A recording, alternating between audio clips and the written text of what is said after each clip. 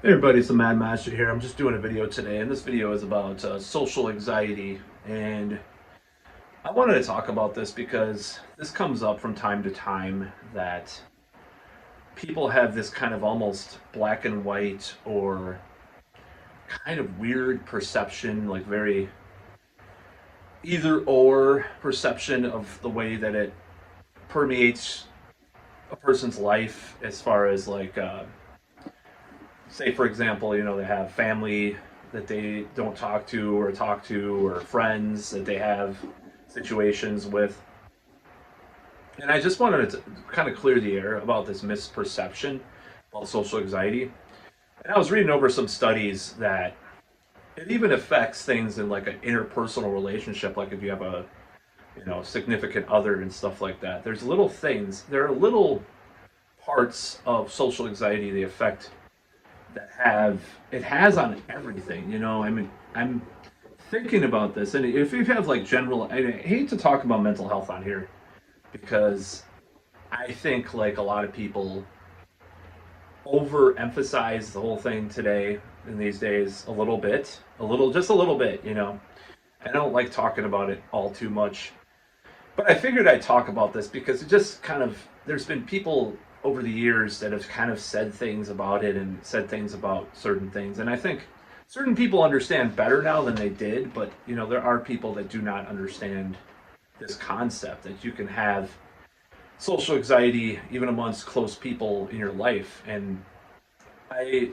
can give some examples, but for example, that there might be a relative that you don't talk to that much, but you're kind of scared of reaching out. You're scared. You just have these really weird irrational fears over talking to them, and you do talk to them when they talk to you, or you know when there's certain situations or a very situational thing with this whole phenomenon.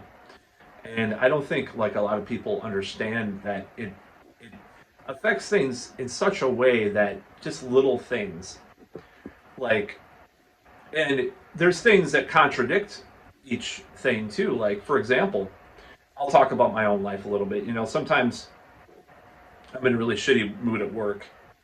And I mean, usually, well, not usually, but a lot of times, I can have kind of a more quiet thing at work where I will go home and not say goodbye to, the boss or whatever. And sometimes I'm in a better mood where I'm just like, oh, have a great day or whatever.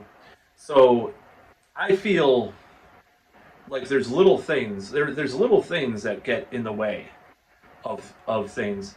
You can go back and try to analyze why you had these types of things to begin with, but there's little things, there's little people think of it as like either or. So like they think, oh, you're just shy and you have social anxiety about this. This must be the case. Oh, you're just afraid of new people. No, that's not how it works. It's very, very, very fragmented and very, very nuanced when it comes to social anxiety.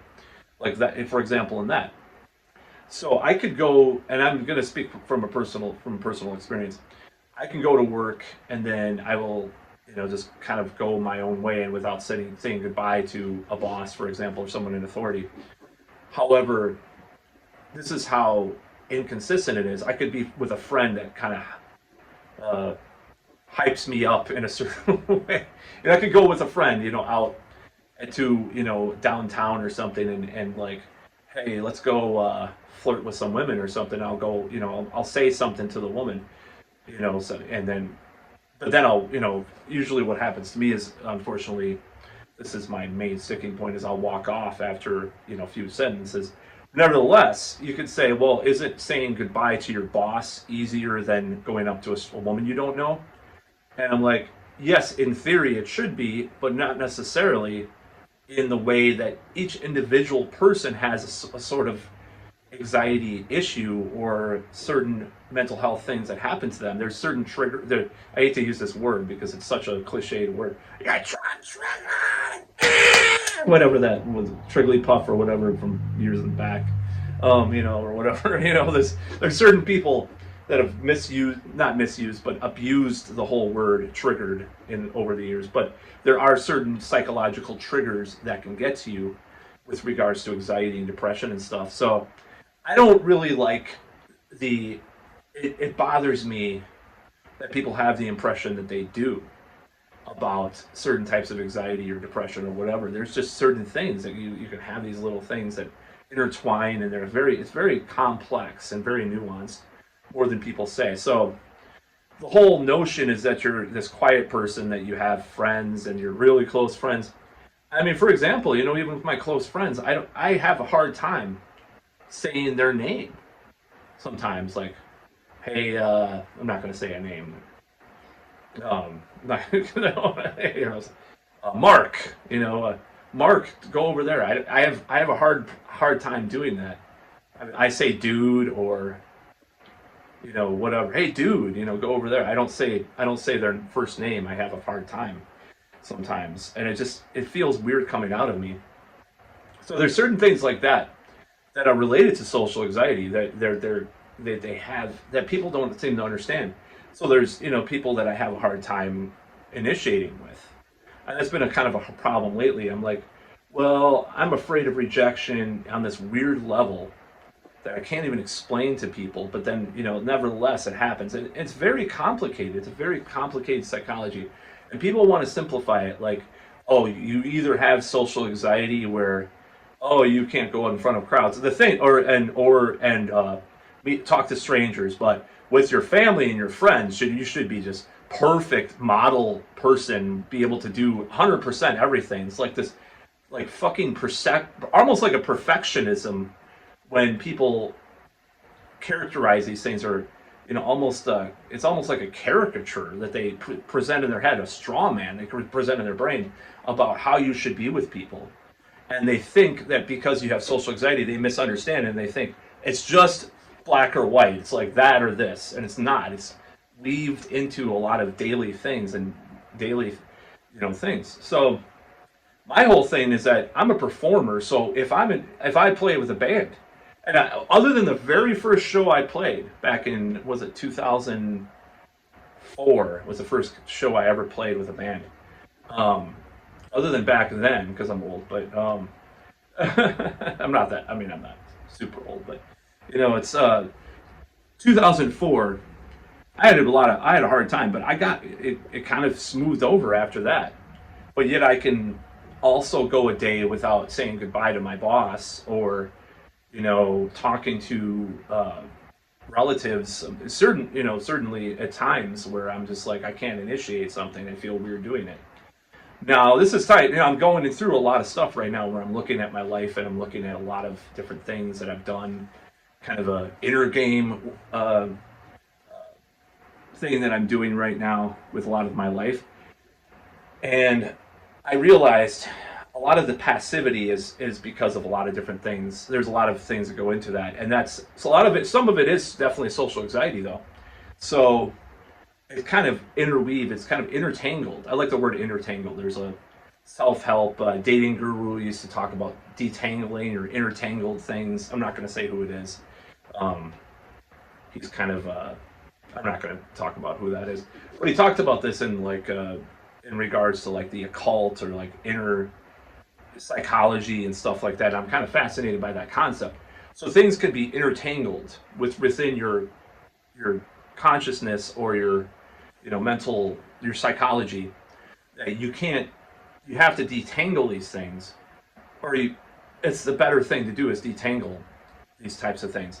But they're so intermingled, that this kind of caricature of something like social anxiety, depression, whatever, is something someone will say about it. They'll say, well, why are you depressed? And why was Kurt Cobain depressed? He had everything. It's like that type of black and white thinking about, like, why do you have social anxiety? You have blah, blah, blah. Why do you have social anxiety with your relatives? We love you, blah, blah, blah. It's like, well, maybe you don't understand social anxiety, and maybe you don't, and maybe people that say, oh, why is this person depressed? Why you don't understand how depression works. Now, I do think there is an element of, I'm going to dare say, privilege in regards to a lot of how we live in the West, and how, if I was toiling 16-hour days, manual labor, and how to support like a family that I have, that, and some of the kids died at childbirth and stuff, maybe I wouldn't be depressed or have social anxiety as much. Probably not. We have to live in a very sterile culture that kind of makes these things perpetuate more when, yeah. But this is the problem with that kind of thinking, like, oh yeah, blah blah blah. If you're already in it, it's hard to get out of. If you're already in this type of entrapment in this our society, in these things, which have gotten worse because people have labeled things more, and they kind of become self-fulfilling prophecies too. So I feel like this whole notion that I agree with some of like the like not anti mental health, but like people that say, oh, we had it differently, we didn't make all these labels. I agree with part of that, but also I also think, well, we've kind of shit on ourselves in a way. We've kind of dug ourselves so deep. It's going to take a while to get out of this whole morass of mediocrity where we have belonged for a long time. It was it was a reference to something, but anyways, if you know where that's from, that line, let me know in the comments. But so morass of mediocrity. Um,